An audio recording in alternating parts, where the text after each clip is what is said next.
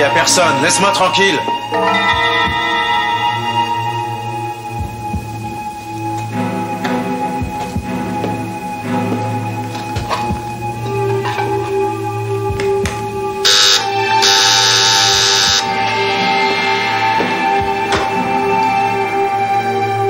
J'ai pas le temps. Dégage.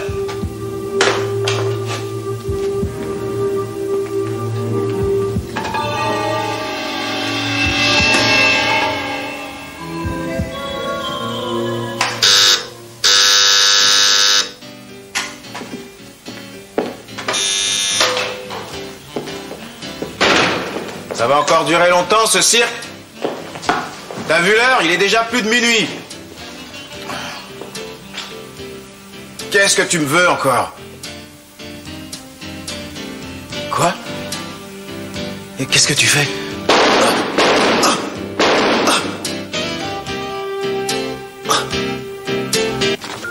Que se passe-t-il? Pourquoi me traite-t-on comme un criminel? Un homme a été assassiné avec votre arme, c'est quand même troublant. Asseyez-vous. Je ne dirai plus rien jusqu'à l'arrivée de mon avocat. Voici justement votre avocat. Vous tombez bien, nous vous attendions, maître. Monsieur Mertz? Maître, il vient de m'arriver quelque chose de terrible. Comment allez-vous, commissaire? Très bien. Pourquoi retenez-vous mon client? Rainer Maria Hagen a été assassiné. Quoi, le célèbre sculpteur? Absolument. La moindre babiole qu'il faisait coûtait une fortune. C'est insensé.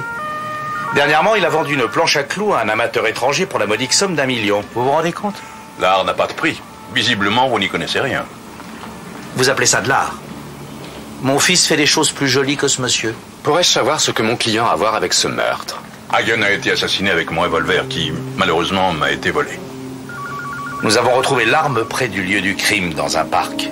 Ce n'est peut-être pas l'arme qui a servi au crime, toutefois il s'agit bien de l'arme de monsieur Mertz. Le numéro de série correspond. J'ai passé toute la soirée chez moi, ma femme peut vous le confirmer.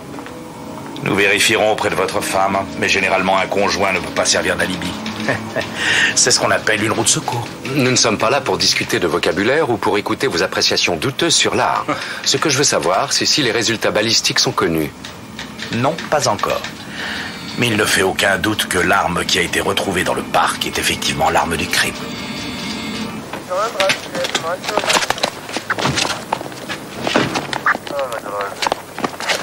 Il faut prendre les menaces du commissaire Ludek au sérieux parce qu'il ne veut pas passer à côté de sa promotion. C'est tout ce que je lui souhaite. À mon avis, il va se servir de cette affaire pour se faire valoir. Écoutez-moi, je ne veux pas me mêler de sa carrière. Il fait ce qu'il veut du moment qu'il fait son travail correctement. Mais j'ai l'impression qu'il veut faire du zèle. Je n'ai absolument rien à voir avec ce meurtre. Rien du tout. Je suis innocent, vous entendez? Est-ce que vous étiez intime avec Rainer Maria Hagen? Ça dépend de ce que vous appelez intime. Hagen est l'ex-mari de ma femme. Mais le divorce remonte déjà un peu plus de 15 ans. Votre femme a-t-elle toujours gardé un contact avec son ex-mari? Non, pratiquement pas. Hagen était un type violent et égocentrique. Plus il avait de succès, et plus il était grossier avec son entourage. Avez-vous eu professionnellement affaire à lui? Plus depuis un moment. C'est une grande galerie new-yorkaise qui a une succursale à Düsseldorf qui s'occupait de sa carrière. Voyez-vous, je m'efforce d'entretenir de bonnes relations avec les artistes que j'essaie de promouvoir. C'est un principe de base. Mais avec lui, c'était impossible. Aviez-vous des raisons de vous détester? Bon. Évidemment, on ne peut pas dire que j'étais très ami avec lui, c'est un fait. De toute façon, Hagen n'avait pas d'amis. Dites-moi, aviez-vous une raison d'en vouloir à mort à Hagen qui pourrait fournir un mobile à la police? Moi, lui en vouloir à mort? Quelle drôle d'idée. Mais non, je n'avais absolument rien contre lui.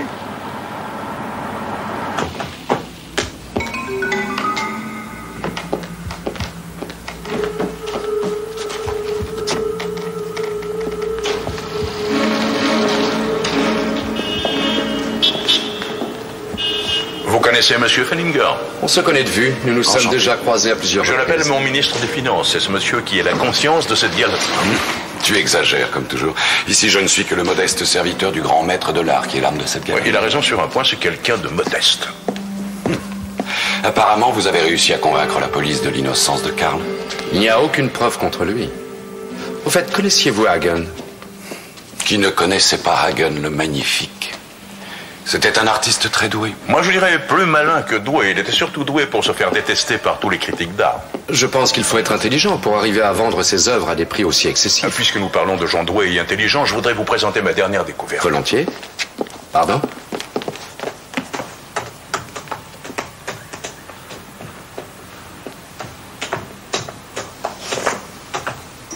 Voilà, je vous présente Otto Guzman, mon avocat, Maître Franck. Enchanté. Bonjour.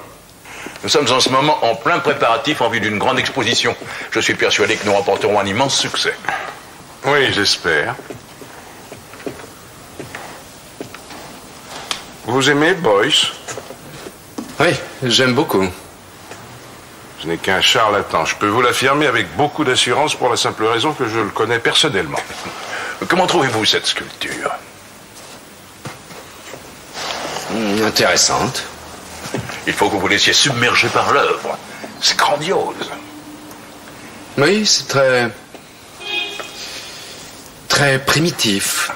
C'est de l'art à l'état brut. Malheureusement, Guzman n'est pas à la mode. Son style ne correspond pas à l'ère du temps en comparaison avec les œuvres d'Hagen. C'est normal, je ne me prostitue pas comme lui. Hagen n'est qu'un imposteur. Hagen et Guzman sont de la même génération. Ils ont fait leurs études aux Beaux-Arts ensemble. Vous le connaissiez alors? Malheureusement. Monsieur Guzman, saviez-vous que Monsieur Mertz possédait un revolver? Pourquoi cette question? Allô, j'écoute. Vous l'avez arrêté? Non, ça ne peut pas être lui. Bien sûr, j'arrive, merci. Une tuile? Pire que ça. Je veux bien te prêter une oreille attentive. Rassure-toi, je ne t'enverrai pas ma note. Est-ce que tu connais la galerie Mertz? Non, pourquoi je devrais? Mais tu as certainement entendu parler de Rainer Maria Hagen. Ouais, le célèbre artiste qui a réussi à vendre récemment une planche à clous à un amateur pour 1 million de marks. C'est une somme modique. Et c'est lui qu'on a retrouvé assassiné dans son appartement à Francfort. Tu m'étonneras toujours. Et maintenant, tu vas me dire que tu aurais été capable de faire une plus jolie planche à clous et de la vendre moins cher. Pas plus jolie, mais plus chère. En tout cas, Hagen a été tué avec le revolver du directeur de la galerie Mertz. Les analyses balistiques sont formelles. Et il n'a pas d'alibi. Il a déclaré qu'il était chez lui à l'heure du crime et que sa femme pouvait le confirmer. Selon lui, il n'aurait aucune raison de lui en vouloir. Mais figure-toi que sa femme n'a pas confirmé son alibi à la police et de nombreux témoins déclarent qu'Hagen avait proféré des menaces contre mon client. Et maintenant, ton malheureux directeur de galerie se retrouve en prison. Absolument. Ne serait-il pas possible que ton cher client se soit fichu de toi?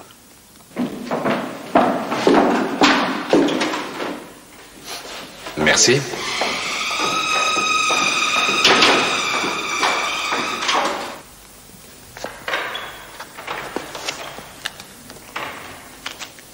Alors comme ça, vous vous êtes fichu de moi, n'est-ce pas? Qu'est-ce que j'ai fait? Je vous ai demandé à 2 reprises si vous aviez des raisons d'en vouloir à Hagen, mais vous m'aviez répondu que non. Et pourtant, maintenant, j'ai 2 témoins. Il y en aura d'autres qui déclareront l'avoir vu proférer des menaces à votre attention. C'est tout de même troublant, avouez. Ce n'était que des paroles en l'air. Je ne suis pas de votre avis. Vous voulez que je vous lise la déposition des témoins? Hagen disait à Mertz, je suis au courant de ton trafic de tableaux, et si jamais je déballe tout, tu finiras en tôle. Et tu devras fermer ta galerie. Je vois d'ici les titres dans les journaux, la galerie Mertz servait à écouler les œuvres volées. En conclusion, Hagen a ri à gorge déployée, il a quitté votre réception. Est-ce que c'est la vérité? Je vous écoute. Je m'en souviens vaguement. J'avais complètement oublié cette scène ridicule, si vous voulez savoir. Je vous demande pardon. L'un de vos invités vous accuse de recel devant tout le monde et vous aviez presque oublié cet incident. Mais oui, bien sûr, ce n'était qu'une simple provocation. Tout le monde sait bien que ce genre d'attitude était courant chez Hagen. Ça faisait partie de sa conception de l'art. Il pensait que c'est comme ça que les marchands d'art devaient être traités. Monsieur Mertz, Hagen a été assassiné avec votre revolver. Oui, ça je m'en doutais. Et qui aurait pu vous prendre cette arme? Pratiquement n'importe qui. Ma secrétaire, mon épouse, la femme de ménage, toutes les personnes qui s'occupaient du service, mon chien, plus 50 amis ou connaissances. Mais c'est absurde. Qui aurait pu faire une chose pareille? Peut-être, mais Hagen ne s'est pas tué tout seul, voyons. Je ne comprends pas pourquoi ma femme n'a pas confirmé mon alibi. J'étais à la maison. J'ai écouté de la musique toute la soirée. Elle ne peut pas dire qu'elle ne l'a pas entendu. Ça ne se présente pas bien pour votre mari. C'est ridicule, c'est ma faute. Je me suis trahie en parlant à la police. Est-ce que oui ou non, votre mari était à la maison ce soir-là? Mais oui, bien sûr, il était à la maison. Ça aussi, je l'ai clairement dit au commissaire qui m'a interrogée. Mais je n'ai plus vu mon mari après le dîner. C'est-à-dire que vers 21h, il s'est retiré dans sa chambre. Nous passons nos soirées sous le même toit, mais séparément. Avez-vous entendu des bruits quelconques qui auraient trahi sa présence ou de la musique? Non, non, rien du tout. Oh mon Dieu, comment ai-je pu être aussi bête pour gâcher de cette façon la libye de mon mari? Qui savait que votre mari avait un revolver? Parmi notre cercle d'amis et de connaissances, tout le monde. Je lui ai dit 100 fois que je ne voulais pas ce truc à la maison. En principe, n'importe qui aurait pu le voler. Oui, oui, en principe. J'ai à plusieurs reprises essayé d'expliquer à mon mari que ce revolver n'était pas un jouet d'enfant seulement. Il n'a jamais voulu m'écouter. De plus, nous sommes équipés d'un système d'alarme absolument infaillible. J'aimerais savoir comment se passaient vos relations avec votre ex-mari. Je n'entretenais aucune relation, j'avais tourné la page. Et je n'avais aucune liaison avec lui, si c'est ce que vous voulez savoir. Je ne voulais plus en entendre parler. Hagen n'était pas quelqu'un de très aimé. C'était un homme terriblement égocentrique, à un point que c'en était ridicule. Lorsqu'il était invité à des réceptions un peu mondaines, c'est là qu'il déployait toute la force de sa provocation. Il était génial. Même s'il menaçait son hôte et l'accusait de recel? Ah, je vois. Personne n'a pris cette histoire au sérieux. Hagen avait-il des ennemis? Il les collectionnait. Et votre mari avait-il lui aussi des ennemis? Non, mon mari est beaucoup trop préoccupé par l'art pour avoir le temps de se faire des ennemis. Et Fenninger? Lui et mon mari forment une équipe de rêve. Fenninger gère la galerie de main de maître et mon mari sait dénicher les talents. C'est d'ailleurs pourquoi la galerie marche si bien. Pouvez-vous quand même me dire quelles étaient les fréquentations d'Hagen? C'est simple, il n'avait pas d'amis. Mais il avait une jeune maîtresse. Greta?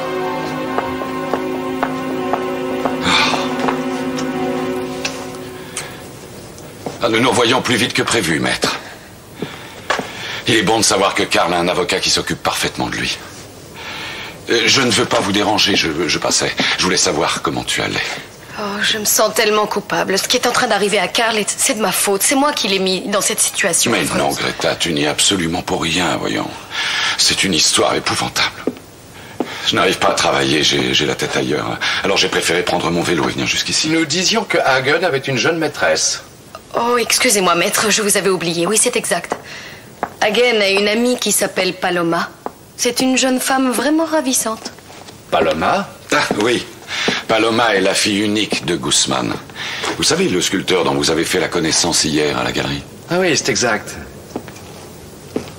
En tout cas, je suppose que Guzman n'appréciait pas du tout cette relation. C'est quelque chose qu'il désespérait. Il ne pouvait pas comprendre que sa fille puisse coucher avec son ex-ami, son pire rival. Guzman était absolument furieux. Vous imaginez la situation? L'artiste à la renommée internationale qui enlève en plus au pauvre Guzman son seul et unique trésor. Hagen était démoniaque. Il se réjouissait de voir Guzman enragé. C'est quelque chose qui décuplait son plaisir. Il faut si peu de choses pour que les hommes soient satisfaits d'eux-mêmes. Vous ne trouvez pas, maître? Oui, mais dans ce cas, il ne s'agissait pas uniquement de jalousie, c'était aussi un père qui s'inquiétait pour sa fille. Oh, ce n'était pas ça qui le dérangeait le plus. C'était sa réussite professionnelle qu'il ne lui pardonnait pas. Et la pauvre Paloma se retrouvait au milieu de tout ça. En fait, elle n'était qu'un prétexte pour alimenter leur dispute. Monsieur Fenninger, pouvez-vous m'apporter un éclaircissement au sujet de cette histoire de recel dont Hagen avait fait allusion? Non. Je pense qu'il avait dit ça par pure provocation. C'est vous qui vous occupez de la gestion de la galerie. Vous n'avez rien remarqué d'anormal dernièrement? Non, je n'ai rien remarqué. Je n'ai remarqué aucune incorrection sur les livres de compte. Si Karl avait fait des affaires illégales, il n'aurait pu les faire que derrière mon dos. Et ça, je ne peux l'imaginer. Non, Karl ne peut pas faire ça. Bien, je ne vais pas vous ennuyer plus longtemps. Mais si jamais vous ou Madame Mertz découvrez les indices quelconques, j'aimerais que vous m'en avisiez en premier. Je peux compter sur vous? Bien sûr, maître, cela va de soi.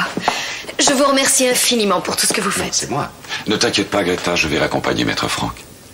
D'ailleurs, si tu es sûr que tout va bien, oui. Moi aussi, je vais rentrer chez moi. Je vous en prie. Merci.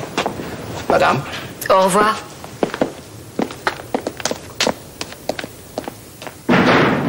Greta se sent vraiment fautive d'avoir gâché la libye de son mari. C'est pour ça que je n'osais pas vous poser la question. Ça se présente comment pour Karl? Ça se présente mal pour l'instant. Tout est contre lui. Vous savez ce qui m'empêche de dormir? Je ne peux pas croire qu'on puisse autant se tromper sur quelqu'un.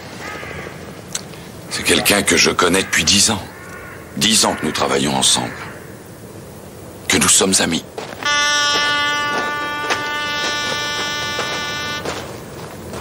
Oui, alors?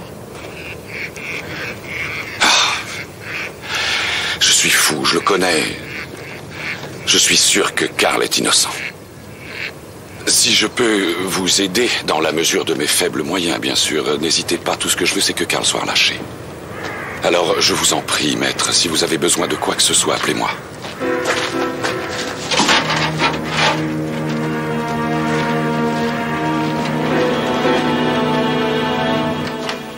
Bonjour. Ça, par exemple. Je ne m'attendais vraiment pas à te revoir aussi vite. Ça se présente si mal pour ton client? Une catastrophe. Excuse-moi, c'est pour mes impôts, là. Tu n'aurais pas une bière? Non, j'ai pas fait les courses. Tu n'aurais pas un peu de café, alors? Eh bien, dans ce cas, il faut le faire.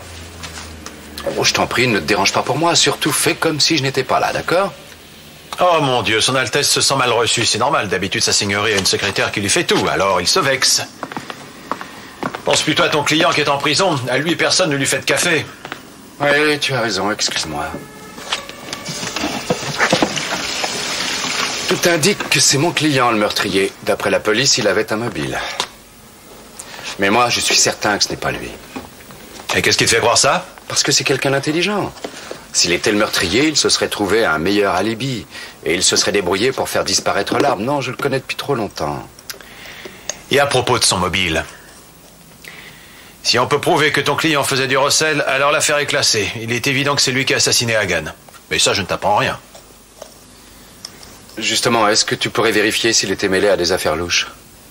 Il faudrait aussi que tu mènes une enquête autour d'un certain Guzman. Je pense que lui aussi avait un mobile pour tuer Hagan. D'accord, mais tu me fais une avance.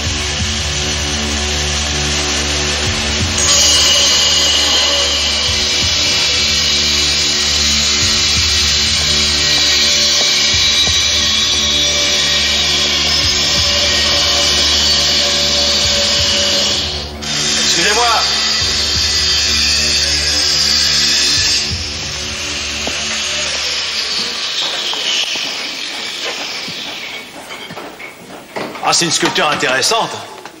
Ça me plaît bien. Ça a un petit côté vieillot.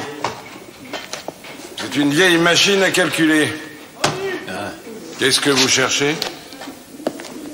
Je me présente, Matula, je suis détective privé. Je travaille pour Mertz.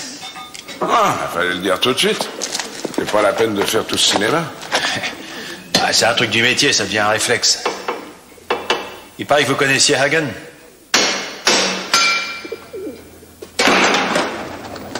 Oui. Dommage qu'il soit mort si vite. Et surtout sans douleur. Ça suffit, tu as fini de dire du mal de lui. C'est la jalousie qui te fait parler et rien d'autre. Ça ne peut pas être facile pour vous. Vous étiez entre le marteau et l'enclume. Que voulez-vous dire? Ah, votre père et votre amant étaient rivaux sur le plan professionnel. Vous avez dû en souffrir. Je me fiche pas mal de votre compassion. Et pourquoi toutes ces questions? Bah, je voulais seulement être gentil avec votre fille, c'est tout. Ouais. Vous n'êtes pas le seul. Si vous avez des questions, c'est à moi qu'il faut les poser. Quand avez-vous vu Hagen pour la dernière fois? Il y a 2 semaines, à une réception chez Merck. Vous y étiez, vous aussi? Naturellement. Ça veut dire que nous sommes tous les deux suspects parce que nous étions à cette soirée? Peut-être. Vous pourriez me dire où vous étiez dans la nuit de mardi à mercredi lorsque Hagen a été assassiné? Ça ne vous regarde pas. Avant, vous étiez son ami. Pourquoi vous êtes-vous brouillé avec lui? C'est une vieille histoire. Mais qui n'est pas oubliée. Non. Hagen a bâti sa réputation grâce à moi. Avant, ce qu'il faisait, c'était de la ferraille. Sans forme, sans idée. Savez-vous comment il a réussi? Avec un oreiller à clous, peut-être? Avec une de mes sculptures. Il m'a volé l'idée. Il a réussi grâce à une sculpture que j'avais créée. Il a copié mon style et grâce à moi, il a obtenu fortune et gloire. Et dire que devant tout le monde, il jouait au créateur. C'est faux ce que tu dis. Hagen... Qu'est-ce que tu en sais? Hagen n'était qu'un parasite! Un incapable! C'est moi! C'est moi qui suis à l'origine de ces brillantes créations!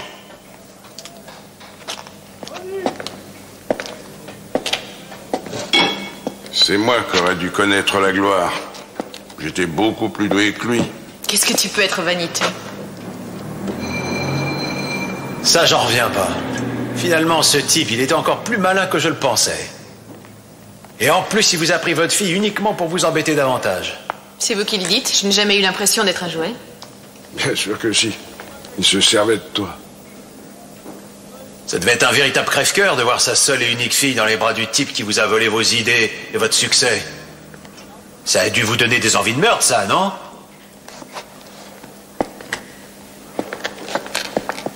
Sortez d'ici. Du calme, je m'en vais. Au revoir, on se reverra. Et dépêchez-vous!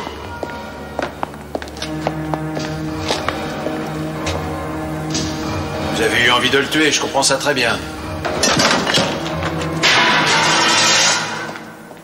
Hagen aurait offensé plusieurs de vos invités au cours de cette réception. Oui, il avait été très dur avec la petite Paloma. Il l'a traitée vraiment comme une esclave. Que lui avait-il fait? Il prenait plaisir à l'exhiber. Oh, c'est gentil d'y avoir pensé. Et plus il y avait de spectateurs, plus il était heureux, n'est-ce pas? Oui, exactement. Il a commencé par danser de façon obscène avec elle, et lorsqu'il a estimé qu'il l'avait suffisamment exhibée, il l'a plaqué devant tout le monde pour aller tripoter une autre fille. Et il l'a envoyé lui chercher un whisky. Et elle lui a obéi? Oui, elle lui a apporté son whisky, et une fois qu'il a eu le verre, il l'a renversé devant tout le monde. Et elle est retournée lui en chercher un autre, comme un petit chien. Amusant. Quant au second whisky, il l'a renversé sur sa robe, et elle a éclaté en sanglots. Et ensuite? Eh bien, lui, ça l'amusait beaucoup. Il a commencé à lui crier « Enlève ta robe, de quoi as-tu peur? Tu ne veux pas qu'on voit tes seins qui tombent ?» Elle n'a rien dit pour se défendre? Elle a essayé de le frapper, mais il a pu la maîtriser sans difficulté. Finalement, il l'a jeté dans la piscine, et il en a profité pour jeter aussi l'autre fille, si bien que tout le monde s'est mis à rire, y compris les deux filles. Et comment Guzman a-t-il réagi à ce spectacle? Il était dans un coin, il baissait les yeux, il n'est absolument pas intervenu. Ah. Après tout ce que j'ai entendu dire sur lui, je ne le croyais pas capable d'une telle maîtrise. Oh, il savait que ça ne servait à rien de se battre avec Hagen. Il préférait encore fermer les yeux, c'était beaucoup plus simple. D'ailleurs, Hagen et Paloma ont quitté la réception ensemble, comme si rien ne s'était passé. Est-ce que Guzman, au cours de cette soirée, n'aurait pas eu l'occasion de se rendre dans votre bureau pour vous dérober votre revolver? Ça semble peu probable. Guzman n'a pas bougé de son coin de toute la soirée. Ah bon, et il n'a montré aucune animosité contre Hagen? Aucune. Il n'a pas réagi. Autrefois, oui, ils en seraient certainement venus aux mains. Mais curieusement, ce soir-là, il n'a absolument rien dit.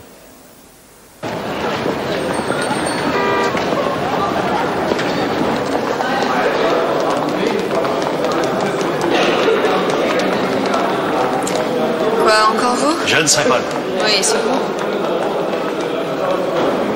Je vous invite à boire un café? Non. Je sais, j'ai été désagréable la dernière fois. Mais je ne fais que mon travail. Vous n'aviez qu'à choisir un autre métier. Bien sûr. Mais maintenant, c'est trop tard pour revenir en arrière.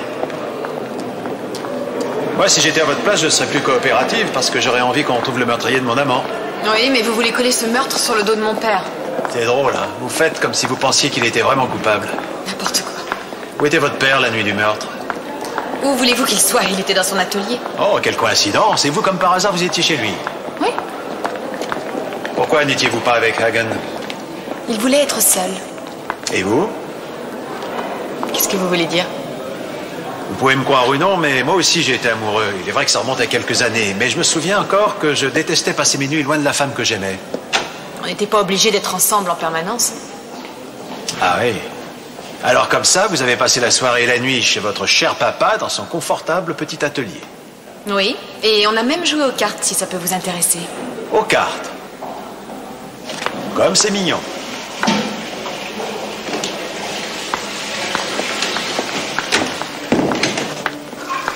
Mon père n'est pas un assassin. C'est vrai qu'il parle fort, qu'il est impulsif, mais je peux vous garantir qu'il ne ferait pas de mal à une mouche. Vous devez me croire, ce n'est pas lui.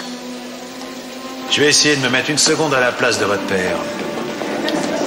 Si au cours d'une soirée, je voyais ma fille se faire insulter et humilier comme Hagen vous a humilié à cette fameuse C'est réception... magnifique, je vois qu'on vous a bien renseigné, les ragots vite. C'était un numéro qu'on faisait pour mettre un peu d'ambiance parmi tous ces parasites qui vivent au crochet de l'art.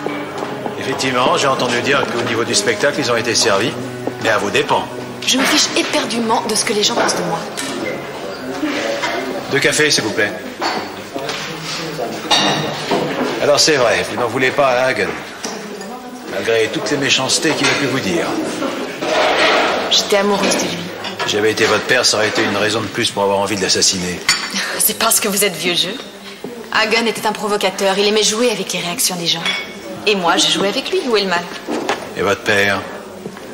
Vous le classez dans les joueurs ou dans les vieux jeux? Mon père vous a peut-être envoyé une pelle à la tête, mais il n'est pas du genre à tuer avec un revolver. C'est complètement absurde de croire qu'il ait pu voler ce revolver, qu'il ait ensuite traversé tout Francfort pour aller tuer Hagen, et qu'il se soit arrangé pour que les soupçons de la police se portent sur l'homme qui est précisément son bienfaiteur. Vous soutenez que vous avez joué aux cartes avec votre père? Parfaitement. Comment s'entendaient Hagen et Mertz? Hagen avait quelques rancœurs contre Mertz. Greta avait gardé, après son divorce d'avec Hagen, des tableaux qu'il lui avait cédés volontiers. À l'époque, ils n'étaient pas connus et évidemment, ils n'avaient pas beaucoup de valeur. Mertz les a vendus à un très bon prix par la suite, ce qui l'a rendu furieux. Juridiquement, il ne pouvait rien contre lui jusqu'au jour où il a appris cette histoire de recel. De quoi s'agissait-il? Je n'ai pas cherché à savoir. C'est très dommage. Et Fenninger, quel genre d'homme est-il? Un poisson. C'est son signe? Non, Fenninger me fait penser à un poisson froid et visqueux. Saviez-vous qu'il avait une liaison avec Greta? Bonsoir, maître. Bonsoir, madame. J'espère que je ne vous dérange pas. Non, non, je vous en prie, entrez. Comment va mon mari? Il garde le moral. Bonsoir. Alors, vous avez du nouveau? Non, je regrette, je n'ai rien de nouveau. Bonsoir. Bonsoir. Je viens d'apprendre une rumeur désobligeante et j'aimerais en discuter avec vous si vous le voulez bien. Je vous écoute. De quoi s'agit-il? J'ai entendu dire que vous et madame Mertz, vous seriez plus que de bons amis. Pardon? Tu as entendu ça, Greta? Oui, je ne suis pas sourde. Je suis au courant de ces stupides rumeurs. Et devinez qui m'a parlé pour la première fois de cette soi-disant rumeur nous concernant moi et monsieur Fenninger. Non, ne me le dites pas, c'est Hagen. Gagné, c'est lui. Maintenant, vous savez à quoi vous en tenir. C'était encore une de ces nombreuses provocations. Je n'aurais jamais cru que quelqu'un aurait pu prendre cette rumeur absurde au sérieux. Moi, ça ne m'a pas paru absurde. Je vous en prie, asseyez-vous. Merci. En tout cas, vous avez l'air de très bien vous entendre. Disons que quelqu'un de l'extérieur pourrait vous croire mari et femme. Écoutez, maître, mon mari et moi vous estimons beaucoup. Mais je peux vous assurer que vous faites fausse route. Et je peux vous assurer que ces rumeurs sont sans aucun fondement. Si vous tenez à ce que je sauve votre mari, je suis obligé de prendre au sérieux les moindres rumeurs. Oui, bien sûr, maître, mais essayez de comprendre Greta. Selon la police, son mari serait un assassin, un receleur, et maintenant on s'en prend directement à elle. Elle serait infidèle. Excusez-moi, mais la meilleure façon de dissiper une rumeur, c'est d'en parler. C'est ce que nous essayons de faire. Vous avez raison. Tout ce que je veux, c'est que vous aidiez mon mari. Mes félicitations. Vous avez vraiment de très belles œuvres chez vous. Oui. Mon mari est beaucoup trop sévère dans ses choix. Moi, j'ai des goûts véritablement différents. Un peu plus avant-gardistes. Merci. Vous désirez un café? Non, non, merci. Vous ne pouvez pas savoir à quel point j'aimerais travailler à la galerie. Je crois que j'en serais tout à fait capable. Seulement mon mari est un peu vieux jeu et snob. Au fait, à qui appartient la galerie? À mon mari et à Monsieur Fenninger. Vous êtes partenaire à 50-50? C'est-à-dire... Monsieur Fenninger n'a que 20% des parts. Oui, il y a 10 ans, à la création de la galerie, j'avais pris la gérance. Avant cela, je travaillais dans une banque. Puis-je vous demander pourquoi vous avez quitté la banque? Par lassitude. Par pure lassitude.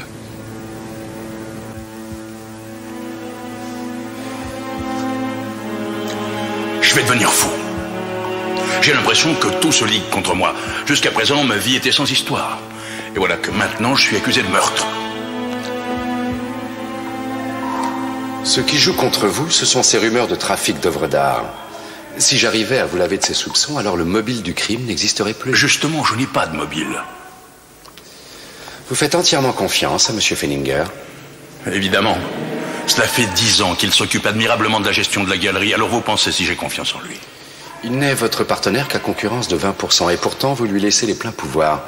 Je vous l'ai dit, je l'ai surnommé mon ministre des Finances. Ce qui veut dire qu'en théorie, il pourrait faire du recel sans que vous le sachiez. On ça m'étonnerait beaucoup de lui. Ce garçon manque d'imagination, et il serait incapable de faire la différence entre un Magritte et un Matisse.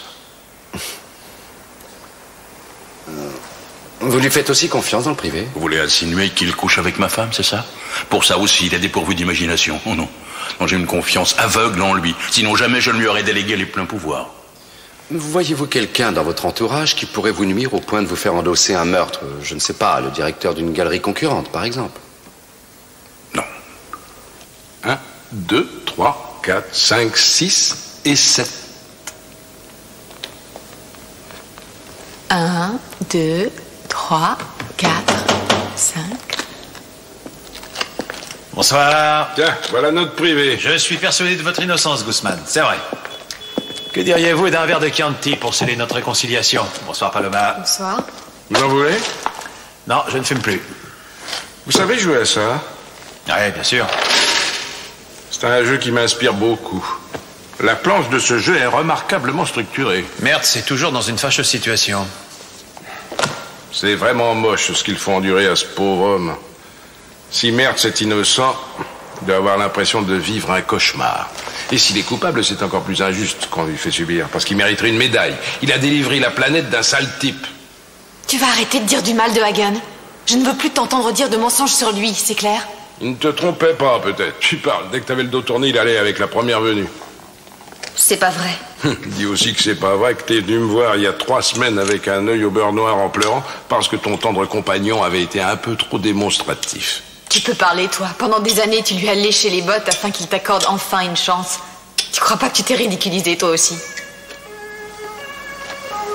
Je voulais seulement récupérer ce qu'il m'avait volé et rien d'autre. C'est pour ça que tu le suivais la semaine dernière? C'est très intéressant.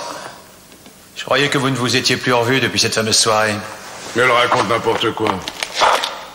Mais elle dit ça uniquement pour se rendre intéressante. C'est faux, je ne le suivais pas. Je suis tombé sur lui par hasard. Et là, je me suis expliqué avec lui avec des mots et non pas avec une arme. Boum, boum. C'est pas ce qu'elle dit, la pauvre, elle est malheureuse. C'est pas la peine de jouer au père qui est affecté pour sa fille. À cause de toi, ma vie est gâchée. Je crois qu'il y a confusion. Je ne suis pas Rainer Maria Hagen. C'est toi qui l'as assassiné, c'est toi. Non, mais ça va pas, qu'est-ce qu'il lui prend? Ah bon, alors où est ton alibi? Je croyais que vous aviez passé la nuit à jouer aux cartes. Je vous ai menti. Je n'étais pas chez mon père ce soir-là. Dans ce cas, vous non plus, vous n'avez pas d'alibi. J'ai passé la nuit chez une copine. Ah oui, vous avez dormi chez une copine. Si c'était moi qui l'avais tué. Tu sais ce que j'aurais fait? Je l'aurais attaché à sa stupide planche à clous qu'il a vendue à 1 million. Et je lui aurais délicatement tordu le cou. Tu me dégoûtes. Peut-être que vous aussi, vous en aviez assez de Hagen, après tout. C'est ridicule. Je vous l'ai dit, j'ai un alibi. Oui, je sais, votre copine. Allez-vous-en. Dommage, je sens que je vais passer à côté d'une soirée agréable. Je vous ai dit de partir.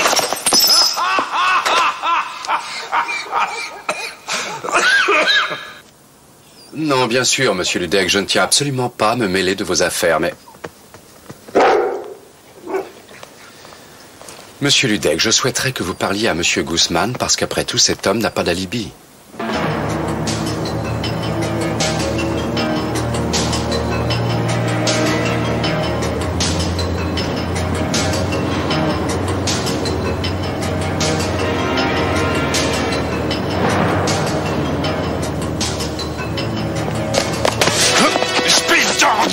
C'est vous qui m'avez mis les flics sur le dos, hein? Lâchez-moi! Non, je me laisserai pas accuser de meurtre par n'importe qui!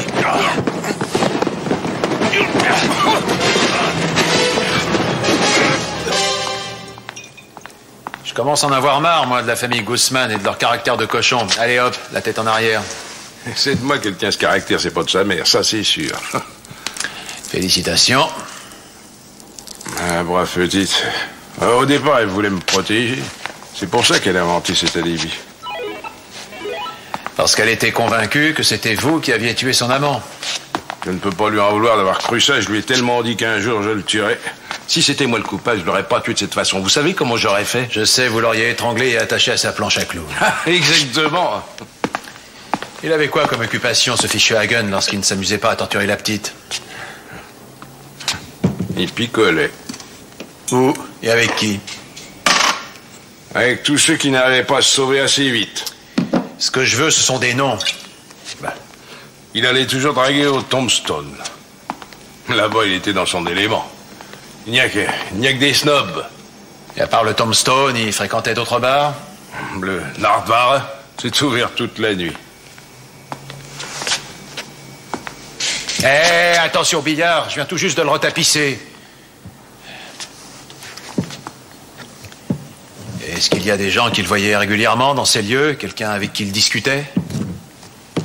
Ah non, il ne s'intéressait qu'à lui. Réfléchissez bien, il restait toujours tout seul? Ah, il y a Pinky. Ah, celui-là, il était vraiment super. Ça y est, on y arrive. Ah, Pinky. Pinky, c'est quelqu'un de spécial. Alors lui, c'est un vrai parasite, un vrai pot de colle. Enfin, vous voyez ce que je veux dire.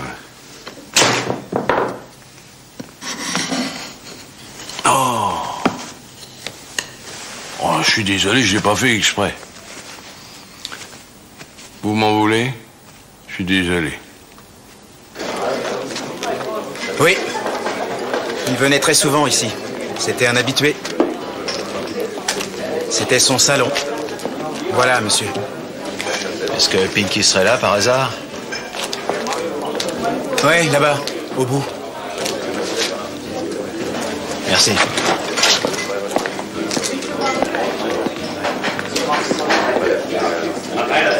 C'est toi, Pinky? Qu'est-ce que vous me voulez? Je suis journaliste. J'écris un article sur les dernières semaines de la vie de Rainer Maria Hagen. C'était un type formidable. Un très grand artiste. Un génie. Le plus doué de sa génération. Puis un super copain. Il avait une super descente aussi. Et quant aux gonzesses, il n'avait qu'à claquer des doigts. Du délire. Ça va être un article important? Ça sera en première page. Le titre: Mort d'un artiste. Tac, en lettres rouges. Génial. En tout cas, il mérite bien ça. C'est moche s'il nous ait quittés de cette façon. C'était un type vraiment formidable. T'es le seul à dire ça de lui. Il était réputé pour son sale caractère. Oh, c'était ceux qui étaient jaloux de lui qui disent ça. Moi, je n'ai jamais eu aucun rapport de force avec lui. Il m'a même fait un cadeau. Il m'a offert 5000 marks pour que je puisse m'acheter une voiture. C'est pas être sympa, ça? Il t'a offert 5000 marks sans que tu lui rendes service? Vous êtes vraiment un journaliste? Bien sûr, qu'est-ce que tu crois? Tu veux qu'on appelle ma rédaction? Tu veux une bière? Jonathan, une bière pour monsieur. Combien croyez-vous qu'on pourrait m'acheter mes informations? Ah bah ça dépend. Je sais tout sur les circonstances de sa mort. J'étais son seul ami. Comment peux-tu être si sûr que Paloma n'a rien à voir avec cette histoire de meurtre? Parce qu'une femme qui jette si rapidement des verres à la figure des gens n'aurait pas abattu son ami avec un revolver, mais l'aurait lapidé. Ton esprit de déduction m'étonnera toujours. Merci. De plus, elle a un alibi. Elle a dormi chez une amie. Et tu la crois, hein? J'ai vérifié. Paloma a piqué une crise de nerfs ce soir-là et elle a réveillé tout l'immeuble, tellement elle a hurlé, paraît-il. Ah ouais. Donc, Guzman est le seul à ne pas avoir d'alibi. Oublie un peu Guzman. C'est Mertz qui a tué Hagen. Ah oui. Alors il faut que tu m'expliques comment. Volontiers. Mais la réponse à ta question te coûtera la modique somme de 5000 marks. Non, tu t'es fait examiner la tête par un médecin? Écoute ça, ça a l'air à peine croyable. Mais Hagen avait un ami, un véritable ami. Quelqu'un à qui il se confiait. Et est-ce que ce miracle porte un nom? Ce miracle s'appelle Pinky. Il a raconté un jour à Hagen qu'il transportait des marchandises volées pour un rosseleur. Les marchandises étaient destinées à un entrepôt qui appartenait à la galerie Mertz. Toutes ces marchandises ont deux choses en commun. Ce n'étaient que des œuvres d'art et elles étaient volées. Et alors? Cette histoire évidemment plut à Hagen. Il a offert 5000 marks à Pinky pour qu'il puisse acheter une voiture. Et Pinky en échange lui a promis de ne parler à personne de ce qu'il savait. Hagen lui a confié qu'il voulait tout simplement ruiner Mertz. Mais lorsque Hagen est mort, Pinky a eu peur pour sa vie. Il pensait que Hagen s'était fait descendre parce qu'il avait fait chanter Mertz et qu'il finirait comme lui. C'est pour ça qu'il a rien dit. Mais après l'arrestation de Mertz, l'affaire était réglée. Son ami était vengé. Et le coupable était emprisonné. Et Pinky pouvait retourner sans crainte à son occupation préférée, picoler. Avec qui avait-il affaire lorsqu'il livrait ses œuvres d'art volées? Il m'a dit que c'était une femme qui était dans l'entrepôt. Probablement Madame Mertz. Tiens donc, quelle surprise.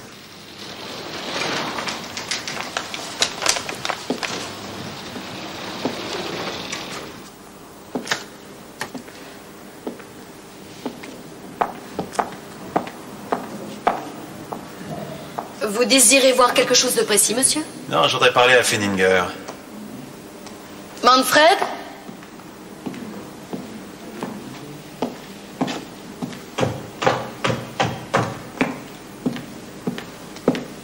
Oui? Qu'est-ce que je peux faire pour vous? Je suis un vieil ami de Hagen. Pourrions-nous parler tranquillement? Oui, bien sûr. Qu'est-ce que vous voulez? C'est une terrible perte pour tout le monde. Oui. Et alors? Avant que mon ami ne meure d'une façon aussi tragique, il m'a confié quelque chose. Il m'a dit que si j'étais à court d'argent ou que tout à coup il lui arrivait malheur, je pouvais m'adresser à vous en toute confiance. Je crains que vous ne vous soyez rendu à la mauvaise adresse. Ça doit être à cause de votre blessure au front. Je vous prie de bien vouloir vous en aller. C'est hors de question. Je peux vous donner des indices si vous voulez. Il s'agit d'adultère, de recel et de meurtre. Maintenant, ça suffit. Je vous prie de sortir d'ici. Sinon, j'appelle la police. Vous feriez une grossière erreur. C'est vous qui feriez une grossière erreur si vous ne partez pas sur le champ. Appelez donc la police, monsieur Fenninger.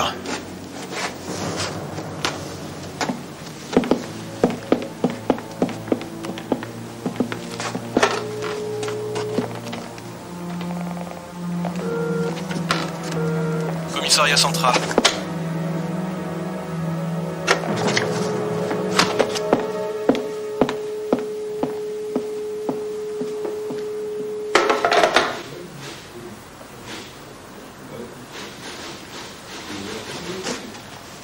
De quoi s'agit-il, commissaire? Quelle est donc cette fameuse surprise que vous nous réservez? Un peu de patience, messieurs, ça ne devrait plus être très long.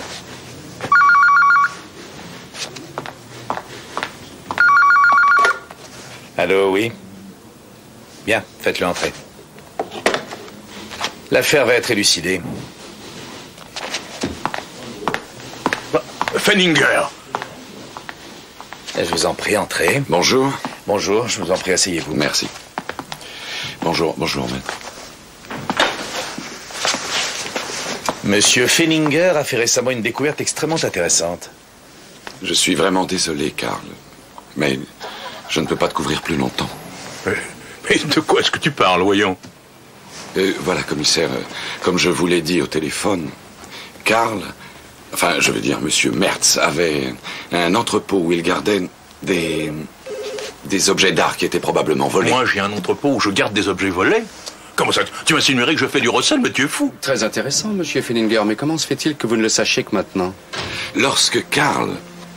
Lorsque monsieur Mertz a été arrêté, j'ai de nouveau examiné tous les dossiers que nous possédons.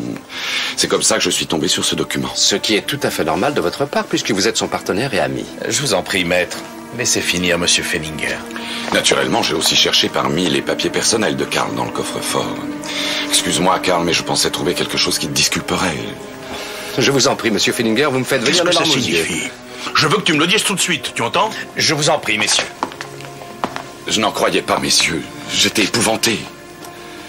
J'ai longtemps hésité à venir vous en parler. Je ne voulais pas nuire à un vieil ami. Excuse-moi, mais je ne voulais pas cacher la vérité. La vérité, espèce de Judas, mais je vais t'étrangler. Asseyez-vous, ça ne sert à rien. Il ment, il faut absolument que vous me croyiez. Je ne sais pas pourquoi il ment, mais il ment. Bien sûr, monsieur Mertz, mais pour l'instant, je vous demande de vous rasseoir. Cet homme vient de monter une machination contre moi et vous voulez que je reste calme, mais j'ai envie d'exploser et de lui tordre le cou. Je vous en prie, asseyez-vous. Est-ce que nous pouvons poursuivre tranquillement? Eh bien, qu'avez-vous trouvé? Je vous demande une seconde. La clé de l'entrepôt. La voici. Et j'ai aussi le contrat de location de l'entrepôt. Avec la signature de monsieur Mertz, comme vous pouvez le constater. Je me suis rendu à ce fameux entrepôt. J'y ai vu de nombreux tableaux, probablement des œuvres volées. Je n'ai jamais loué d'entrepôt. Je ne vois pas d'où tu peux sortir ces documents. Mais attendez, c'est quand même votre signature qu'il y a sur le bail. Mais j'ai toujours signé les yeux fermés, tout ce qu'on me remettait. Je faisais entièrement confiance à cette espèce de traître. Tu ne t'en tireras pas comme ça. Je te tuerai, je jure. Monsieur Mertz, ne dites pas ça. Avec des envies de meurtre, vous ne croyez pas qu'un seul suffit? Vous feriez mieux de passer aux aveux. Je n'ai jamais vu qui que ce soit signer aveuglément des contrats. Même ma belle-mère ne fait pas ça. Mais moi, oui. Je signais tous les documents qu'il me demandait de signer. Et ça, monsieur Feininger le savait parfaitement. Monsieur Mertz, rassurez-vous, si vous n'avez pas loué cet entrepôt, nous arriverons à le prouver. Comme nous arriverons à prouver que vous avez manipulé mon client. Monsieur Mertz n'a jamais résisté à l'attrait des œuvres d'art. C'est son péché mignon.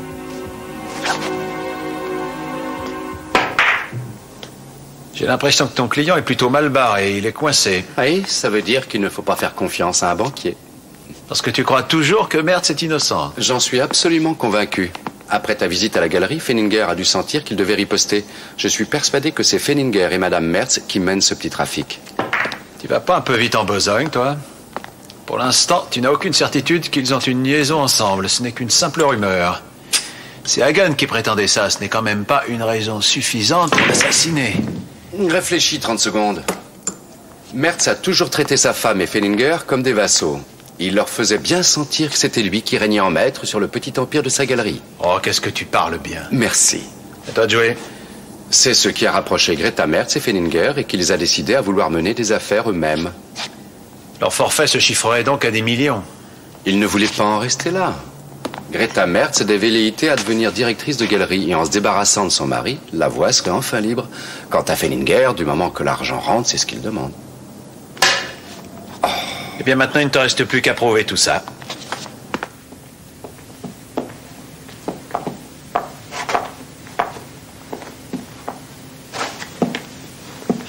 C'est cette femme-là que je voyais à l'entrepôt. Alors, qu'avez-vous à répondre à ça? Voyons, je vous en prie, maître, ne soyez pas ridicule. Évidemment, je réceptionnais les livraisons dans cet entrepôt à la demande de mon mari. Comment pouvais-je savoir qu'il s'agissait d'objets Vous volés? croyez que votre mari vous tenait éloigné de la galerie? Disons que pour le dépanner, je lui suffisais. Ah, c'est lui, Mertz? Qu'est-ce qu'il y a? Rien. Dans votre intérêt, je vous conseille d'arrêter cette mascarade immédiatement. Si vous êtes prête à témoigner contre monsieur Feininger, alors je vous promets qu'il Ça suffit, maître, vous allez trop loin maintenant. Tout ce que je vous ai dit est vrai. Je vous prie de m'excuser. Il faut que j'aille à mon rendez-vous. Vous ne laisserez pas votre mari se faire injustement condamner, ça vous pouvez en être sûr. Dans ce cas, je vous souhaite de retrouver le meurtrier. Bonsoir, madame.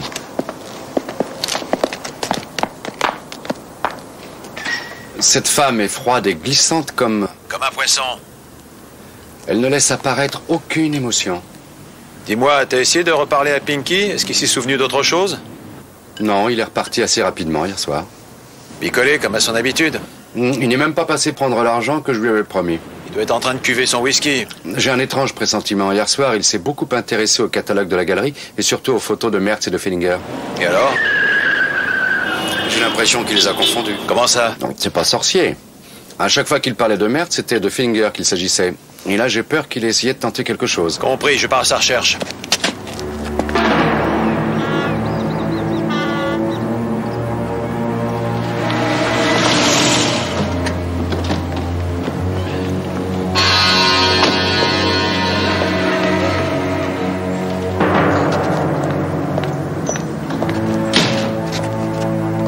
Où est Pinky? Il était là il y a à peine une demi-heure. Et où il est maintenant? Ça, j'en ai aucune idée. Il a déliré toute la nuit. Et qu'est-ce qu'il a raconté? Tu as parlé à Pinky, toi?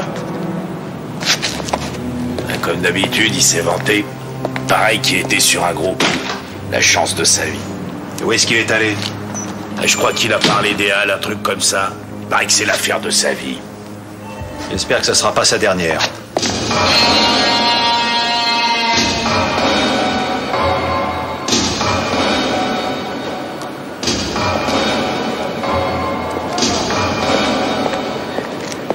Ça y est, tu l'as repéré? J'ai pas vu Pinky, mais Fellinger est là-haut.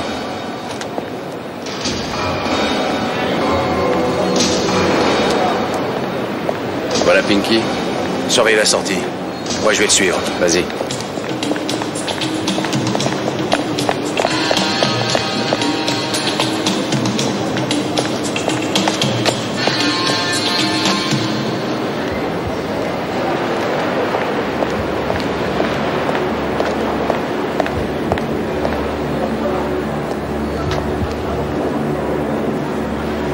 L'addition, s'il vous plaît.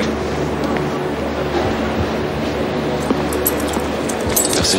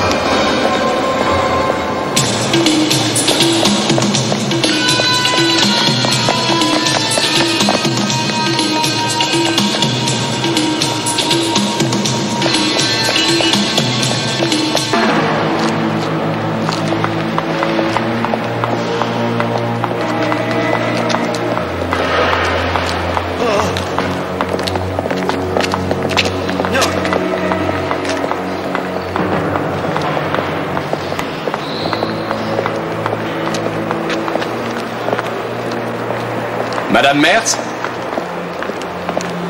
À votre place, je ne ferai pas ça. Baissez votre arme. C'est lui que je voyais. Pinky était un crétin. Un peu plus et t'y passais. Je crains que cela ne vous coûte cher, Madame Mertz. Recel d'objets d'art se chiffrant à plusieurs millions, et surtout meurtre afin de vous débarrasser... C'est pas moi qui ai assassiné Hagen, c'est lui qui a tout fait. Moi, je ne voulais pas être impliquée là-dedans, c'est lui qui a eu cette idée. Qu'est-ce que tu racontes? Le soir du meurtre, j'étais à la maison, mon mari peut vous le confirmer. Ça m'étonnerait que votre mari veuille confirmer quoi que ce soit pour Il vous. y sera obligé. Je peux vous dire ce qu'il a écouté ce soir-là. Il a écouté la 9e symphonie de Dvorak, la symphonie du Nouveau Monde, et puis lui aussi a dû m'entendre. Je croyais que tu m'aimais. C'est lui qui a assassiné Hagen, oui, c'est lui. C'est lui qui a tout organisé. Dire que j'ai fait tout ça pour toi. Si je l'ai tué, Vous c'est voyez, parce il avoue. c'est toi qui m'as C'est entraîné. lui. Il voulait gagner toujours plus d'argent et puis quand Hagen l'a menacé, il a eu peur, alors il a décidé de le tuer. Moi, je ne voulais pas qu'il fasse ça, mais il l'a fait. Espèce de sale garce. Vous voyez, pire qu'elle ment. Tu as fait ça parce que tu voulais te débarrasser de ton mari. C'est toi qui m'as procuré le revolver. Parce que tu voulais reprendre la direction de la galerie, sale garce. C'est toi qui as tout organisé. Ici. Vous raconterez tout ça devant le juge. Monsieur Fenninger. Madame.